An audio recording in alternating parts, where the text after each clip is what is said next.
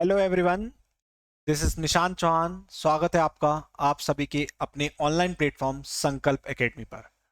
आज से हम एक नई सीरीज स्टार्ट करने वाले हैं जिसमें हम पिछले वर्षों में आए हुए क्वेश्चंस को, फिजिक्स से रिलेटेड जितने भी क्वेश्चंस हैं उनको सॉल्व करेंगे। कौन कौन से एग्जाम्स में आए हुए हैं, जैसे आपका UP PGT, GIC, TGT, DSSB, KVS, NVS, UP PCS, जितने भी आपके कंपटीशन एग्जाम होते हैं पीजीटी फैकल्टी के लिए या टीजीटी फैकल्टी के लिए या फिर किसी अनदर कंपटीशन में, जो भी आपके फिजिक्स के सवाल आए हुए हैं उन सब के सॉल्यूशंस, प्रॉपर सॉल्यूशंस, किस तरीके से सॉल्व करना चाहिए क्वेश्चंस को, उन सबको हम वन बाय वन देखेंगे। तो शुरुआत करते हैं हम अपने पहले सवाल से, जो आपको यहाँ पर स्क्रीन पर दिख रहा होगा सामने। देखिए यहाँ से मोस्ट ऑफ द क्वेश्चंस आपको दोनों लैंग्वेज में यहाँ पे लिखे हुए मिलेंगे, हिंदी लैंग्वेज में भी और इंग्लिश लैंग्वेज में भी। जो आप इंग्लिश मीडियम वाले हैं वो अपना इंग्लिश लैंग्वेज को कंसिडर करते चलें, और जो हिंदी मीडियम वाले हैं वो हिंदी मीडियम वाले लैंग्वेज को लें। देखिए question says that the viscous drag on a body moving in a fluid due to difference in pressure between front and rear edges given by, ये गिवन है आपको, F equal to B rho power alpha V power beta A power gamma. जहां पर B क्या है, dimensionless number है, alpha beta gamma क्या है, कॉन्स्टेंट्स हैं, रो है डेंसिटी, वी है फ्लो ऑफ वेलोसिटी, और ए क्या है, maximum cross section area, area of cross section perpendicular to the flow. आपसे बोला गया है क्या करना है, अल्फा बीटा गामा की वैल्यूज फाइंड करनी है। तो देखिए ध्यान से, इस तरह के क्वेश्चंस को करने का सबसे अच्छा तरीका होता है कि आप सबसे पहले दोनों तरफ की डायमेंशंस लिखें। सबसे पहले क्या करें, आप दोनों तरफ की डायमेंशंस लिखें। तो पहले मैं इक्वेशन लिख देता हूं। इक्वेशन क्या है आपके पास, F equal P rho power alpha P power beta और ए पावर गामा। ठीक है, यहां पर आपकी टर्म्स क्या क्या है, रो है आपका डेंसिटी, पी है आपकी फ्लो वेलोसिटी, और ए क्या है आपका area of cross section. Dimensions दोनों तरफ की लिखेंगे तो एफ की डायमेंशन कितनी हो जाएगी, एफ की डायमेंशन होती है M L T power minus two. कितनी होती है, M L T power minus two equal, ये आपका नंबर आ गया बी। डेंसिटी की डायमेंशन होती है आपकी M L power minus three. कितनी डायमेंशन होती है, M L power minus three, power कितनी इसकी एल्फा है। वेलोसिटी होती है आपकी dimension L T minus one, और ये पावर कितनी है इसकी बीटा है यहाँ पर। और ए क्या होता है आपका, cross section area, area that is L की पावर टू, और पावर कितनी है इसकी यहाँ पर, ये गामा है। ठीक है, नाउ अब हम क्या करेंगे, जो बेस हैं उन्हें इक्वेट करेंगे, दैट इज बी आपका डायमेंशनलेस नंबर है तो इसे लिखने की कोई जरूरत ही नहीं है। यहाँ पर m की पावर कितनी हो गई, एल्फा। l की पावर की बात कर लेते हैं, देखिए ध्यान से, l की पावर है यहाँ पर कितनी है, माइनस के 3 अल्फा, यहाँ पर कितनी है प्लस के बीटा, ठीक है, और यहाँ पर कितनी है प्लस के 2 गामा। ठीक है, क्योंकि यहाँ पर l की पावर कितना है, यहाँ पर ये 2 है। अब आए t की बात कर लेते हैं, t की पावर देख लेते हैं, यहाँ t नहीं है, यहाँ पर भी t नहीं है, केवल यहाँ पर है, तो t की पावर कितनी है आपकी, माइनस के बीटा। इधर कितना है आपका, m l t power minus to. अब हम क्या करेंगे, अब हम दोनों तरफ की पावर की कंपैरिजन करेंगे। कैसे करेंगे कंपैरिजन, यहाँ पर m की पावर अल्फा है, यहाँ पर m की पावर 1 है, तो यहाँ से अल्फा की वैल्यू कितनी आ गई आपकी, 1 आ गई। इसके अलावा यहाँ l की पावर है माइनस के 3 alpha plus beta plus 2 gamma, और यहाँ पर कितनी है वैल्यू 1 है, तो यहाँ पर 1 आ गया। और यहाँ t की पावर है माइनस के बीटा, और यहाँ पर कितनी है माइनस के 2, तो माइनस के बीटा इक्वल टू किसके आ गया, माइनस के 2 के, माइनस से माइनस कैंसिल हो गया, और बीटा इक्वल टू कितना आ गया आपका, 2 आ गया। देखिए ध्यान से, अल्फा की जगह 1 रखेंगे तो दैट इज माइनस के 3 इंटू वन, प्लस बीटा की जगह 2 रखेंगे और प्लस के 2 times of gamma equal to 1। देखिए माइनस के 3 प्लस के 2, माइनस के 1 बचेगा, माइनस के 1 इधर जाएगा तो प्लस का 1 हो जाएगा, तो यहाँ से 2 गामा इक्वल टू 1 प्लस 1 कितना हो जाएगा, 2 हो जाएगा। तो गामा की वैल्यू कितनी आ जाएगी, 1 आ जाएगी। तो हम क्या देख रहे हैं, अल्फा की वैल्यू 1 आ गई हमारे पास, बीटा की वैल्यू कितनी आ गई, 2 आ गई, और गामा की वैल्यू कितनी आ गई हमारे पास, 1 आ गई। तो हम देख सकते हैं कौन सा ऑप्शन हमारा सही हो जाएगा, ए ऑप्शन। अल्फा की वैल्यू 1, बीटा की वैल्यू 2, गामा की वैल्यू 1। आप जब भी इस वीडियो को देखें तो याद रखें, आप क्वेश्चन को रोक के पहले खुद से सॉल्व करने की कोशिश करें, देन फिर सॉल्यूशन ऑब्जर्व करें। Now next is the dimension formula of surface tension. हमसे किसका पूछा गया, सरफेस टेंशन का। तो देखिए सरफेस टेंशन जो होता है आपका, सरफेस टेंशन वो आपका फोर्स पर यूनिट लेंथ के इक्वल होता है, force upon length, force upon length. हम सब जानते हैं फोर्स की डायमेंशन क्या होती है, M L T power minus two, upon में आ जाएगा लेंथ, ये आपका एल आ गया, एल से एल कैंसिल हो जाएगा तो कितना आ जाएगा, एम टी पावर -2। कितना आ जाएगा ये आपका, ये मैं रेस कर देता हूँ, सही से लिख देता हूँ। ये आ जाएगा एम टी पावर -2। और जैसे ही एम टी पावर -2 आया तो आंसर कौन सा हो गया हमारा, ऑप्शन नंबर सी। कौन सा ऑप्शन आ गया आपका, सी ऑप्शन आ गया। नेक्स्ट क्वेश्चन की बात करते हैं। नेक्स्ट क्वेश्चन है हमारा dimension formula of latent heat. Dimension formula किसका पूछा गया है, लेटेंट हीट का पूछा गया है। तो हम जनरली जानते हैं क्या, कि जो हीट होती है Q, वो किसके इक्वल होता है, M इंटू एल के। यहाँ पर L क्या होती है, आपकी लेटेंट हीट होती है। तो L इज इक्वल टू कितना हो जाएगा आपके पास, Q upon M। L is equal to कितना हो जाएगा आपके पास, Q upon M। Heat Q की डायमेंशन कितनी हो जाएगी, ML2T-2। कितनी हो जाएगी, ML2T-2 अपॉन M। मास की डायमेंशन क्या हो जाएगी आपकी, M। ठीक है, M से M कैंसिल हो जाएगा। तो लेटेंट हीट की जो डायमेंशन वो कितनी आ जाएगी आपकी, L⁻² और T⁻²। ये क्या आ गई आपकी, यहाँ पर L जो है वो लेटेंट हीट है। ठीक है, आपका लेटेंट हीट। तो जो लेटेंट हीट की डायमेंशन है वो कितनी आ गई आपकी, L⁻², T⁻²। ठीक है, नाउ अगले सवाल की तरफ बढ़ते हैं। Next question is 1 pascal in SI unit. आपसे बोला गया 1 पास्कल एसआई यूनिट में कितना होगा। तो देखिए ध्यान से, पास्कल किसकी यूनिट होती है, प्रेशर की। तो पास्कल किसकी यूनिट होती है आपकी, pascal is a unit of pressure. Unit of pressure. और हम सब जानते हैं क्या, कि जो प्रेशर होता है वो किसके इक्वल होता है, फोर्स अपॉन एरिया के। प्रेशर किसके इक्वल होता है, फोर्स अपॉन एरिया के। एसआई यूनिट फोर्स की होती है आपकी न्यूटन, एरिया की होती है आपकी मीटर स्क्वायर। तो आंसर क्या हो जाएगा, newton upon metre square, that is 1 newton upon metre square. तो आंसर क्या आ जाएगा आपका, ये आ जाएगा 1 न्यूटन मीटर स्क्वायर है, ऊपर जाके -2 हो जाएगा, इसकी पावर -2 यहाँ पर दिखा रखा है इसलिए। अगले सवाल की तरफ आते हैं इसके बाद। In van der Waals equation P plus A upon V square P minus V equal to R T. आपसे पूछा है the unit of the constant a R. A की आपसे यूनिट पूछा है। तो जो लॉ ऑफ डायमेंशन है वो कहता है कि केवल और केवल, जो प्रिंसिपल ऑफ होमोजेनिटी भी कहता है क्या, कि केवल और केवल सेम डायमेंशंस की क्वांटिटी को हम ऐड और सब्ट्रैक्ट कर सकते हैं। तो हमसे यहाँ पर ए की पूछा गया है, तो जाहिर सी बात है जो यूनिट ऑफ पी होगा, जो यूनिट ऑफ पी होगा वो किसके इक्वल होगा, वही आपका unit of A upon V square के इक्वल होगा। Unit of A upon V square के इक्वल होगा। देखिए ध्यान से, प्रेशर की यूनिट होती है अकॉर्डिंग टू कंडीशंस, बात करेंगे हम। इसमें अभी यहाँ पर ऑप्शंस शो नहीं हो रहे हैं, तो देख सकते हैं हम सीजीएस में ले लेते हैं, चलिए। तो जो क्वेश्चन है वो सीजीएस यूनिट में ही पूछा गया है, इसमें बेसिकली ऑप्शन यहाँ आए नहीं है। तो जो प्रेशर है, प्रेशर की यूनिट क्या होती है, डाइन पर सेंटीमीटर स्क्वायर। डाइन पर centimetre square equal A as it is रहेगा। वॉल्यूम की यूनिट होती है आपकी सेंटीमीटर क्यूब, और उस सेंटीमीटर क्यूब का क्या है यहाँ पर, स्क्वायर भी है। यहाँ से ए की जो यूनिट आ जाएगी वो कितनी आ जाएगी, 10 मल्टीप्लाइड बाई सेंटी की मीटर की पावर कितनी हो जाएगा, 6, और डिवाइड बाई सेंटीमीटर का स्क्वायर। और इसे जब मैं सॉल्व करूंगा तो कितना आ जाएगा, 10 centimetre square, sorry 10 centimetre power कितनी, 4। कितना आ जाएगा, 10 सेंटीमीटर पावर कितनी आ जाएगी, 4 आ जाएगी, क्योंकि यहाँ पे 2 है, यहाँ पर कितना है, 6 है, ऊपर जाएगा 6 - 2 कितना हो जाएगा, 4 हो जाएगा। अगर यही सिस्टम आपका एसआई टर्म्स में पूछा जाएगा तो क्या आ जाएगा आपका, न्यूटन सेंटीमीटर की कितना क्या आ जाएगा, मीटर पावर 4। तो ये आपका क्या हो जाएगा, इसका आंसर हो जाएगा ए का। नेक्स्ट क्वेश्चन की तरफ बढ़ते हैं। नेक्स्ट क्वेश्चन कहता है in van der Waals gas equation the dimension of constant a और बी। तो हमने अभी अभी देखा कि जो वॉन्डरवाल गैस इक्वेशन थी वो क्या थी हमारे पास, P प्लस ए अपॉन वी स्क्वायर, और इसके साथ साथ क्या था आपका V minus V equal to R T. ये वॉन्डरवाल गैस इक्वेशन थी 1 मोल के लिए। अब हमसे बोला गया ए और बी की डायमेंशन निकालो। प्रिंसिपल ऑफ होमोजेनिटी कहता है कि सेम क्वांटिटी की डायमेंशंस को ऐड कर सकते हैं, और सेम क्वांटिटी की डायमेंशंस को हम क्या कर सकते हैं, सब्ट्रैक्ट कर सकते हैं। इसका मतलब ये हुआ कि जो डायमेंशन ऑफ पी होगा वो किसके इक्वल होगा, dimension of A upon V square के इक्वल होगा। तो इसका मतलब यहां से जो डायमेंशन ऑफ ए होगा, डायमेंशन ऑफ ए हमें निकालना है, तो वो किसके इक्वल हो जाएगा, dimension of P multiplied by dimension of P square.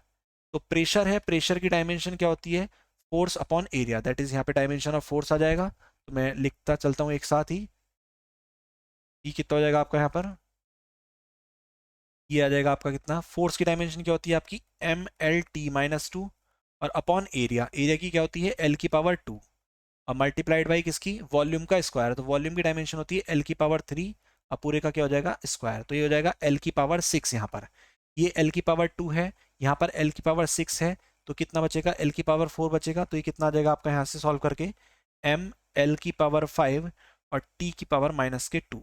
ये तो किसकी डायमेंशन आ गई है आपकी ए की, ये किसकी डायमेंशन आ गई है आपकी ए की डायमेंशन आ गई है, ठीक है, ये ए की डायमेंशन आ गई। अब हमें किसकी बात करनी थी, बी की डायमेंशन की। जब मैं डायमेंशन ऑफ बी की बात करूंगा तो वो किसके इक्वल होगी, according to principle of homogeneity वो होगी डायमेंशन ऑफ वी के इक्वल। तो वो कितनी हो जाएगी आपकी, वॉल्यूम की डायमेंशन क्या होती है एल की पावर 3, ठीक है। तो इस तरीके से हमने ए और बी की डायमेंशंस को कैलकुलेट करा, और जब हमने कैलकुलेट करा तो हमारा कौन सा ऑप्शन सही बैठेगा इसके अकॉर्डिंग, देखिए M L power 5 T power -2 और वॉल्यूम कितनी बनी एल की पावर 3, तो M L power 5 T power -2 volume की क्या बन गई एल की पावर 3, तो ऑप्शन नंबर डी हमारा क्या हो जाएगा, सही हो जाएगा। ये आपका यूपी पीसीएस के एग्जाम्स में पूछा गया है। अब आते हैं नेक्स्ट, आपसे बोला गया है कि match the following and choose the correct answer from the codes given below. एक तरफ फिजिकल क्वांटिटी है, एक तरफ क्या है आपकी एमकेएस यूनिट है। तो देखिए ध्यान से, सिंपल कंडीशन है, पावर की यूनिट क्या होती है वॉट, पावर की यूनिट क्या होती है आपकी वॉट होती है, तो ए का क्या हो जाएगा आपका 4 हो जाएगा। मैग्नेटिक फील्ड की यूनिट जो होती है वो क्या होती है टेस्ला, तो बी का क्या हो जाएगा थर्ड हो जाएगा। मैग्नेटिक फ्लक्स की यूनिट होती है आपकी बेवर, तो ये आपका ये हो जाएगा, और डी का क्या हो जाएगा आप हेनरी। तो अकॉर्डिंग टू कंडीशंस कौन सा ऑप्शन आपका सही बैठ जाएगा, ए का 4, बी का थर्ड, सी का 2 और डी का 1, that is option number B. Option number B क्या हो जाएगा आपका करेक्ट आंसर हो जाएगा। इसके बाद में आते हैं, इस तरह के क्वेश्चन आपके प्रवक्ता चयन परीक्षा में बहुत ज्यादा पूछे जाते हैं, क्या कि जहां पर आपको पेयर्स गिवन होते हैं, जहां पर क्या पेयर, और पूछा जाता है कि किस पेयर की डायमेंशन क्या होगी आपकी सेम होगी। तो अगर मैं यहाँ देखूं तो पहला क्या है फोर्स है और एक क्या है पोटेंशियल एनर्जी है। फोर्स की डायमेंशन होती है mlt-2 और पोटेंशियल एनर्जी की डायमेंशन होती है ml2t⁻²। तो हम क्या देख रहे हैं दोनों की डायमेंशन अलग है, तो ये ऑप्शन हमारा गलत हो जाएगा। अब आते हैं हम वर्क और टॉर्क पर। वर्क की डायमेंशन होती है ml2t-2 और टॉर्क की डायमेंशन होती है ml2t-2, दोनों की डायमेंशन क्या होती है सेम होती है, तो हमारा आंसर कौन सा सही हो जाएगा बी सही हो जाएगा। कैसे कैसे निकली डायमेंशन देख लीजिए, वर्क इक्वल टू होता है हमारे पास फोर्स इंटू डिस्प्लेसमेंट, फोर्स की डायमेंशन होती है हमारे पास mlt-2 और डिस्प्लेसमेंट की डायमेंशन होती है हमारे पास l। इसी तरीके से जब हम बात करते हैं किसकी टॉर्क की, इसकी बात करते हैं टॉर्क की, टॉर्क क्या होता है फोर्स इंटू परपेंडिकुलर डिस्टेंस, तो सेम सिचुएशन mlt-2 और मल्टीप्लाइड बाई किसके एल के। तो यहाँ पर भी जो डायमेंशन आई वो कितनी आ गई आपकी ml2t-2 और यहाँ पर भी डायमेंशन कितनी आ गई आपकी ml2t⁻²। तो इस वजह से आपका ऑप्शन बी का जो पेयर है वो क्या है बिल्कुल सही है, ठीक है। डायमेंशंस की प्रैक्टिस अच्छे से करें, डायमेंशंस को याद करते चलें, साथ साथ यूनिट कन्वर्जन भी देखें। जैसे ही देखिए सवाल है यूपी पीसीएस 2009 में पूछा गया था प्री के एग्जाम्स में, क्या है सवाल कि 1 नैनोमीटर में कितने सेंटीमीटर पूछा गया है। हम याद करते हैं 1 नैनोमीटर इक्वल टू 10⁻⁹ मीटर होते हैं। 1 नैनोमीटर कितना होता है 10⁻⁹ मीटर, और सेंटीमीटर कितने होते हैं एक मीटर में 100, तो ये कितना हो जाएगा 10⁻⁹ मल्टीप्लाइड बाई 10⁻², क्या आ जाएगा सेंटीमीटर, और सॉल्व करेंगे तो कितना आ जाएगा ये आपका 10⁻⁷ सेंटीमीटर। कितना आ गया 1 नैनोमीटर किस equal to 10⁻⁷ centimetre. Now next question पे आते हैं हम, आप लोग क्वेश्चन को पॉज करें और क्वेश्चन को सॉल्व करते चलें। देखिए ध्यान से, ये प्रवक्ता चयन परीक्षा 2002 में पूछा गया है, if L and R be the inductance and resistance the respective the dimension of L upon R is. देखिए ऐसे क्वेश्चंस को करने के लिए आपको रिवीजन और फॉर्मूला याद होने चाहिए। ये जो फॉर्मूला है L अपॉन R, ये अपने आप में क्वांटिटी होती है, वो क्वांटिटी को हम बोलते हैं टाइम कांस्टेंट। क्या बोलते हैं टाइम कांस्टेंट, और टाइम की जो डायमेंशन होती है वो क्या होती है टी होती है, टाइम की डायमेंशन क्या होती है टी होती है। तो हम क्या कर सकते हैं इस फॉर्मूले की हेल्प से, इस फॉर्मूले को अगर हम याद रखें तो इसकी हेल्प से हम डायरेक्ट आंसर टिक कर सकते हैं। क्या हो जाएगा आंसर हमारा, आंसर हो जाएगा बी m⁻0 l⁻0 और t। तो इस t को मैं क्या लिख सकता हूँ वास्तव में, इसे मैं ऐसे भी लिख सकता हूँ m⁻0 l⁻0 और साथ साथ कितना t। तो ऑप्शन बी आपका करेक्ट हो जाएगा। एक तरीका तो ये हो गया कि जब आपको फॉर्मूला याद है, जब आपको फॉर्मूला याद नहीं है तो उस सिचुएशन में आपको इंडिविजुअल डायमेंशंस पता होनी चाहिए एल की और आर की। जैसे अगर मैं सॉल्व करूं एल अपॉन आर की डायमेंशन को अलग अलग रख के सॉल्व करूं, तो उस सिचुएशन में मैं क्या देख रहा हूं एल क्या है आपका ml2t-2 a⁻², और जो आपका आर है उसकी डायमेंशन क्या होती है आपकी ml2t-3 a⁻²। ठीक है, ए की पावर 2, सॉरी ए की पावर 2। जब हम इसे सॉल्व करेंगे तो हम क्या देख सकते हैं, माइनस के 3 ऊपर जाएगा, एम से एम कैंसिल, एल स्क्वायर से एल स्क्वायर कैंसिल, ए की पावर 2 से ए की पावर 2 कैंसिल, टी की पावर माइनस के 3, यहाँ पर टी की पावर कितना, माइनस के 2। जब ये ऊपर जाएगा तो केवल क्या बचेगा, टी बचेगा। तो यही क्या है आपका टाइम कांस्टेंट। तो ऑप्शन कौन सा हो जाएगा आपका, बी ऑप्शन आपका बिल्कुल करेक्ट हो जाएगा। अगले सवाल की तरफ बढ़ते हैं। The next question is Planck constant. The dimension formula of Planck constant. हम जानते हैं एनर्जी इक्वल टू होता है H nu. E equal to क्या होता है, एच न्यू। हमें किसकी निकालनी है, डायमेंशन एच की। तो डायमेंशन ऑफ एच किसके इक्वल हो जाएगा, dimension of E upon dimension of nu. Energy की डायमेंशन होती है आपकी M L two T minus two. कितनी होती है, M L two T minus two. और जो फ्रीक्वेंसी होती है वो होती है 1 upon time period, that is उसकी जो डायमेंशन होती है कितनी होती है, टी की पावर -1। जब मैं टी की पावर -1 को ऊपर लेके जाऊंगा तो टी की पावर +1 होगा, तो यहाँ पर क्या रह जाएगा, केवल माइनस रह जाएगा। तो ये कितना हो जाएगा आपका, M L two T power -1। कितना हो जाएगा आपका, M L two T power -1। ये किसकी डायमेंशन आ जाएगी, आपकी प्लांक कांस्टेंट की डायमेंशन आ जाएगी। ठीक है, आगे बढ़ते हैं इसके बाद अगले सवाल की तरफ। अगला सवाल कहता है कि which of the following is not a unit of energy. इनमें से कौन सी एनर्जी की यूनिट नहीं है। देखिए, आपकी कमांड अगर यूनिट और डायमेंशन पर बहुत अच्छे से है तो आप पेपर में आने वाले बहुत सारे सवालों को बहुत आसान तरीके से कर सकते हैं। जैसे अगर मैं यहाँ पर बात करूँ तो गीगा इलेक्ट्रॉन वोल्ट भी आपकी एनर्जी की यूनिट होती है। इसके अलावा फेरेड वोल्ट स्क्वायर भी होती है, हेनरी एम्पियर स्क्वायर भी होती है। तो किसकी नहीं होती, कौन सी यूनिट नहीं होती, ये नहीं होती। तो ये भी ऑप्शन करेक्ट हो जाएगा, क्योंकि उसमें बचा कौन सी नहीं है। ये भी करेक्ट रॉन्ग हो जाएगा, ये भी रॉन्ग हो जाएगा। तो राइट ऑप्शन कौन सा होगा आपका, ये होगा। अब ये कैसे कैसे होती हैं, तो देखो ये तो सिंपल ही है, गीगा इलेक्ट्रॉन वोल्ट। आपको पता है कि इलेक्ट्रॉन वोल्ट किसकी यूनिट होती है, आपकी एनर्जी की। तो गीगा की टर्म्स में है बस केवल। यहाँ की बात करते हैं तो इसके लिए आपने फॉर्मूला पढ़ा है, यू इज इक्वल टू कितना, 1/2 सी वी स्क्वायर। ठीक है, तो सी की यूनिट होती है फेरेड, वी की क्या हो गई, वोल्ट। इस तरीके से निकाल ली। जब हम इसकी बात करते हैं हेनरी एम्पियर स्क्वायर की, तो हमने क्या पढ़ा है, U is equal to 1/2 L I square. ठीक है, इंडक्टेंस के केस में जो एनर्जी निकालते हैं। तो यू इक्वल टू 1/2, तो यहाँ पर यूनिट क्या बन गई, एल की हो गई हेनरी और आई की क्या हो गई, एम्पियर। तो इसका क्या हो गया, स्क्वायर। अब बात करते हैं इसकी, तो ये किसकी यूनिट है, हमें ये भी बताना चाहिए। तो हम जानते हैं जो फ्लक्स होता है, मैग्नेटिक फ्लक्स, वो किसके इक्वल होता है, बी इंटू ए के इक्वल होता है। तो बी इज इक्वल टू कितना आ जाता है, 5/A। 5/A। पाई की यूनिट होती है आपकी वेबर और ए की यूनिट होती है मीटर स्क्वायर। तो दैट मीन्स ये किसकी यूनिट है, ये आपकी मैग्नेटिक फील्ड की यूनिट है। तो यहाँ पर क्वेश्चन क्या पूछा गया था, which of the following is not a unit of energy. तो कौन सी नहीं है, फोर्थ वाली नहीं है। क्यों, क्योंकि ये किसकी है, आपकी मैग्नेटिक फील्ड की है। अगले सवाल की तरफ बढ़ते हैं हम। Dimension formula of coefficient of viscosity is. देखिए बहुत आसान है, हम जानते हैं viscous force F is equal to होता है ईटा ए और साथ साथ कितना, dv अपॉन dx, जनरल फॉर्म में। ठीक है, यहां से हमें ईटा की डायमेंशन निकालनी है। ईटा क्या है आपका, coefficient of viscosity. Eta equal to कितना हो जाएगा, एफ डी एक्स और डिवाइडेड बाई कितना, ए डी वी। कितना हो जाएगा, F d x divided by कितना, A d v. Value put करते हैं, एफ की वैल्यू कितनी होती है, M L T minus two. और इधर साथ में कितना आ गया आपका, एल डिवाइड बाई ए। क्या है, ए है आपका एल की पावर 2। और dv क्या होता है, बेसिकली वेलोसिटी का चेंज होता है। तो ये क्या होगी, वेलोसिटी होगी, that is L T power -1। इसे सॉल्व करेंगे, देख सकते हैं आप, m एज इट इज रहेगा m। यहाँ पर l है, यहाँ पर l है, ऊपर एल स्क्वायर हो जाएगा, नीचे एल क्यूब। तो ऊपर जाएगा तो क्या बचेगा, एल की पावर -1 बचेगा। यहाँ टी की पावर -2 है, यहाँ टी की पावर -1 है, -1 ऊपर जाएगा, +1 होगा, तो क्या बचेगा, टी की पावर -1 बचेगा। तो ये कितना बच गया, eta is equal to M L -1 T -1। Eta is equal to M L -1 T -1। तो कॉफिशिएंट ऑफ विस्कोसिटी की डायमेंशन क्या होती है, M L -1 T -1।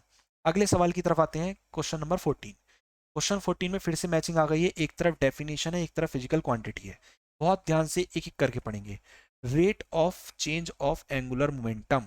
First condition में बोल दिया rate of change of angular momentum क्या होता है, तो वो क्या होता है आपका, टॉर्क होता है। हमने पढ़ा क्या है, हमने पढ़ा है tau is equal to D J upon D T. That is rate of change of angular momentum किसके इक्वल होता है, आपका टॉर्क के इक्वल होता है।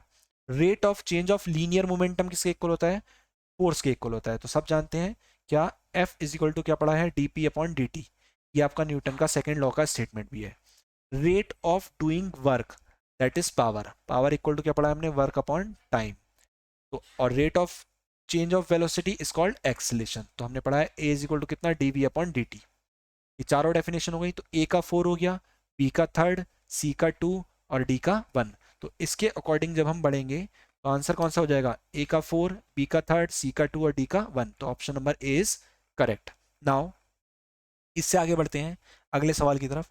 अगला सवाल है the dimensions of entropy is. Entropy की डायमेंशन क्या होगी, देखिए ध्यान से, बहुत आसान है। क्या, सेकंड लॉ ऑफ थर्मोडायनेमिक्स की एंट्रोपी की टर्म्स में अगर जब हम फॉर्म की बात करते हैं तो हम वहां पढ़ते हैं D Q equal to T D S.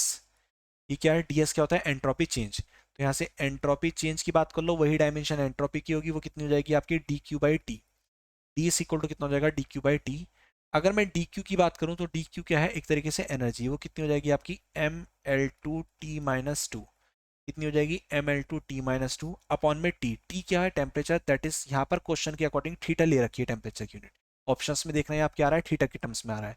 तो आपका आंसर क्या बन जाएगा, एम एल की पावर 2 टी की पावर माइनस के 2 और थीटा की पावर कितना हो जाएगा, -1। थीटा की पावर कितना हो जाएगा आपका, -1 हो जाएगा। ठीक है, इस तरीके से किसकी डायमेंशन आ गई आपकी, आपकी एंट्रोपी की आ गई। अगले सवाल की तरफ पढ़ते हैं, अगले सवाल की तरफ पढ़ते हैं। तो अगला सवाल क्या है, प्लांक कांस्टेंट। देखिए प्लांक कांस्टेंट की यूनिट डायमेंशन हमने अभी थोड़ी देर पहले भी निकाली थी।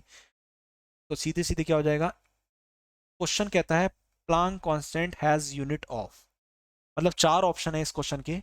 मैं ऑप्शन लिख देता हूँ, यहाँ मेंशन नहीं है। पहला ऑप्शन है वर्क, दूसरा ऑप्शन है यहाँ पर एनर्जी, जो तीसरा ऑप्शन है वो आपका है लीनियर मोमेंटम, लीनियर मोमेंटम जिसे हम संवेग बोलते हैं, और जो फोर्थ ऑप्शन है वो है आपका क्या, एंगुलर मोमेंटम, एंगुलर मोमेंटम। मैं एक एक करके इनके नाम लिख देता हूँ। वर्क को हिंदी में बोलते हैं कार्य, एनर्जी ऊर्जा, लीनियर मोमेंटम हो गया आपका रेखीय संवेग, रेखीय संवेग, और एंगुलर मोमेंटम क्या हो गया आपका, कोणीय संवेग। ये क्या हो गया आपका, कोणीय संवेग। तो अब आपसे बोला गया है कि Planck constant has a unit of, इनमें से किसके बराबर होगी, ये आपसे पूछा गया है। हम जानते हैं, हमने प्लांक कांस्टेंट की डायमेंशन निकाली थी, क्या आई थी, एनर्जी अपॉन फ्रीक्वेंसी। और वो सॉल्व करके इतनी आ गई थी, एनर्जी की हो गई थी हमारी M L two T minus two, और फ्रीक्वेंसी की ली थी हमने कितनी, टी की पावर माइनस के 1। और जब हम इन दोनों वैल्यूज को सॉल्व करते हैं तो कितना आ गई थी हमारी, M L two T power -1 आ गई थी, इतनी आ गई थी। देखिए वर्क की होती है M L two T minus two, वही एनर्जी की होती है, तो ये दोनों तो होंगे नहीं। लीनियर मोमेंटम की होती है एम एल टी -1, तो ये भी नहीं होगा। तो ऑप्शन कौन सा बचा, एंगुलर मोमेंटम। वेरीफाई करा लेते हैं। Angular momentum is equal to, हमने पढ़ा है क्या, linear momentum multiplied by R. Linear momentum की होती है आपकी एम एल टी -1, और आर से मल्टीप्लाई करा मतलब एल से मल्टीप्लाई कर दिया, तो कितना हो गया है आपका, एम एल की पावर 2 और टी की पावर -2। इस तरह से हमने क्या कर दिया, प्लांक कांस्टेंट की यूनिट किसके इक्वल है, आपकी एंगुलर मोमेंटम की। तो ये डायमेंशनली इक्वल भी आ गए। ठीक है, अगले सवाल की तरफ पढ़ते हैं। अगला है आपका dimension formula of torsional rigidity is. Torsional rigidity का डायमेंशन फॉर्मूला क्या होगा, देखिए बहुत आसान है। जो आपकी टॉर्शनल रिजिडिटी होती है, जिसे हम मरोड़ी दृढ़ता बोलते हैं, वो आपकी torsional rigidity force multiplied by distance के इक्वल होती है। इसके इक्वल होती है फोर्स मल्टीप्लाइड बाई डिस्टेंस के। हम जानते हैं फोर्स की डायमेंशन क्या होती है, एम एल टी -2, और डिस्टेंस की होती है आपकी एल। तो ये कितनी आ जाएगी आपकी, एम एल टू टी -2। कितनी आ जाएगी आपकी ये, एम एल टू टी -2। ये आपकी क्या आ जाएगी, मरोड़ी दृढ़ता, दैट इज टॉर्शनल रिजिडिटी। अगले सवाल की तरफ पढ़ते हैं। अगला सवाल है हमारा क्या, कि डायमेंशंस ऑफ 1/μ0 एप्सिलॉन नॉट। देखिए बहुत अच्छा सवाल है ये भी आपका। क्यों है, क्योंकि अगर किसी को फॉर्मूला पता है, फॉर्मूला कहता है कि सी स्क्वायर इक्वल टू होता है 1/μ0 एप्सिलॉन नॉट। जिसे फॉर्मूला पता है वो तो बहुत आसानी से इसे डायरेक्ट सॉल्व कर लेगा, और जिसे नहीं पता है तो पहले वो म्यू नॉट की निकालेगा, एप्सिलॉन नॉट की निकालेगा, और टाइम वेस्ट करेगा। तो देखिए फॉर्मूला कहता है C square equal to 1/μ0 epsilon naught. That means जो 1/μ0 एप्सिलॉन नॉट की डायमेंशन होगी वही किसके इक्वल होगी, सी स्क्वायर के। सी होती है speed of light, speed of light की डायमेंशन होती है एल टी -1, इसका क्या है, स्क्वायर है। तो जो आपका फाइनल आंसर आ जाएगा वो कितना आ जाएगा, एल की पावर 2 टी की पावर -2। ये किसकी डायमेंशन हो जाएगी आपकी, 1/μ0 एप्सिलॉन नॉट की। कितनी आ जाएगी, एल की पावर 2 टी की पावर -2। इसका मतलब आपका ऑप्शन नंबर सी क्या हो जाएगा, करेक्ट हो जाएगा। ऑप्शन नंबर सी क्या हो जाएगा आपका, करेक्ट हो जाएगा। अगले सवाल की तरफ पढ़ते हैं, क्वेश्चन नंबर 19। सेम क्वेश्चन आगे देखिए ध्यान से। प्लांक नियतांक की वही मात्रक होती है जो निम्न की है, Planck constant has a same unit S, इनमें से किसके। तो देखिए ध्यान से, बहुत आसान सवाल है ये। क्या, सवाल पहले प्लांक कांस्टेंट की बात कर लेते हैं। तो प्लांक कांस्टेंट के लिए डायमेंशन हमने अभी अभी निकाली है, कितनी आई थी हमारे पास, ml2t-1। कितनी आई थी, ml2t-1। तो अब इनमें से कौन से ऑप्शंस के अकॉर्डिंग आ सकता है सही, तो देखते हैं हम ध्यान से। फर्स्ट कहता है फोर्स इनटू टाइम, तो फोर्स की होती है आपकी कितनी, mlt-2, और इनटू टाइम कर दोगे तो क्या हो जाएगा आपका, mlt-1 आ जाएगा, केवल कितना आ जाएगा, mlt-1 आ जाएगा। तो ये ऑप्शन क्या हो गया हमारा, गलत हो गया। फोर्स इनटू स्पीड, तो देखिए ml2t-2, mlt-2 तो हो गई आपकी फोर्स की, और स्पीड की होती है आपकी lt-1। तो इन्हें सॉल्व करेंगे तो कितना आ जाएगा ये, ml2t-3। तो आपका ऑप्शन कौन सा, दूसरा भी क्या हो गया, गलत हो गया।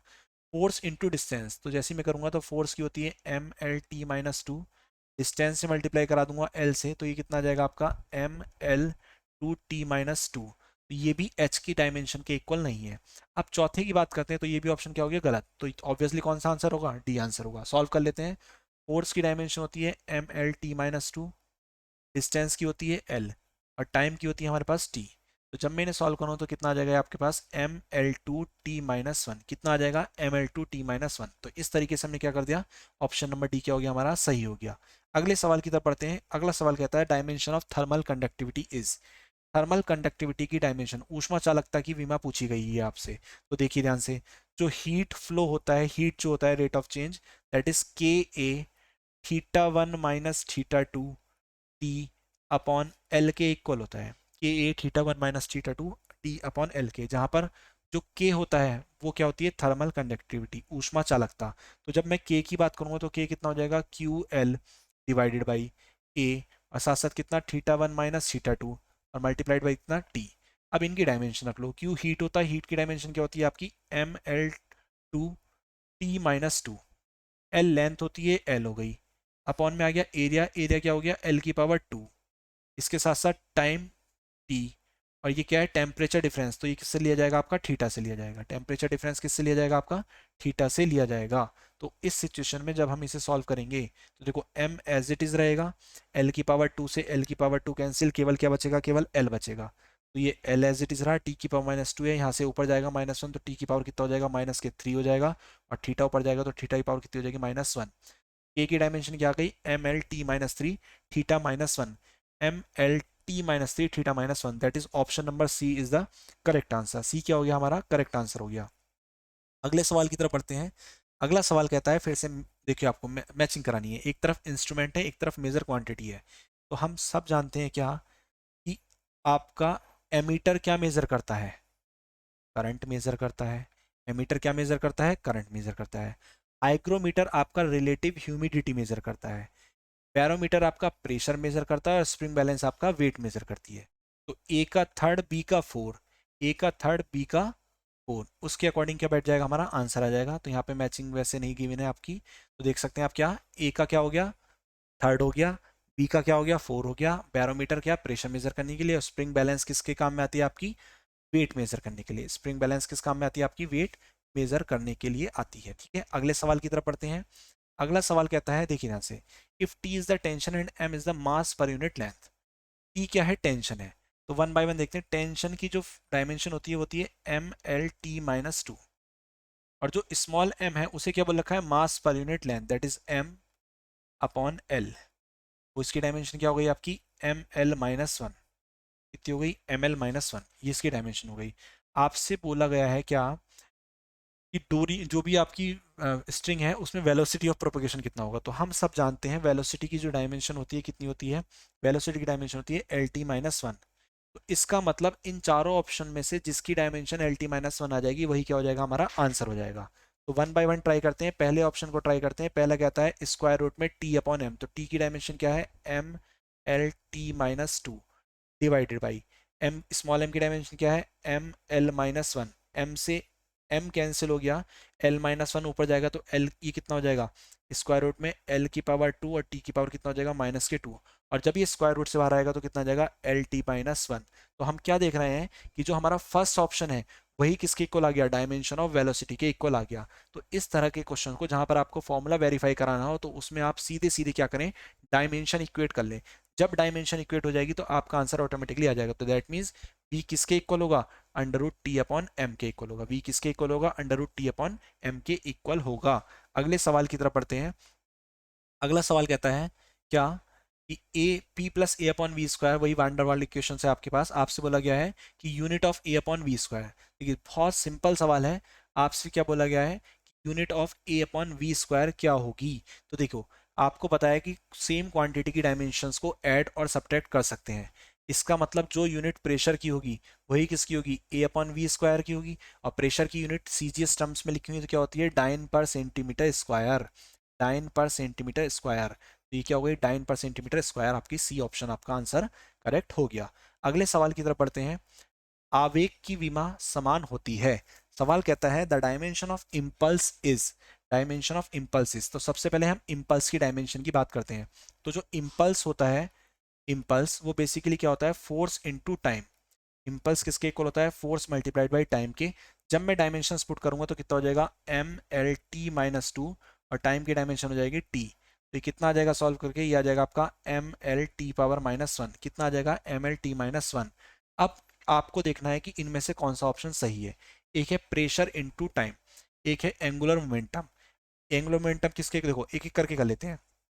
प्रेशर क्या होता है, basically force upon area multiplied by क्या हो गया, टाइम। तो आप देख सकते हैं फोर्स इंटू टाइम के इक्वल आना चाहिए, लेकिन यहाँ पर अपॉन में एरिया भी है। एंगुलर मोमेंटम क्या होता है, basically R multiplied by P. तो इसकी डायमेंशन रख लो, पी इक्वल टू होता है एम वी, तो R multiplied by M multiplied by V. तो आर की डायमेंशन हो गई एल, एम की डायमेंशन हो गई एम, और वेलोसिटी की डायमेंशन हो गई एल टी माइनस वन।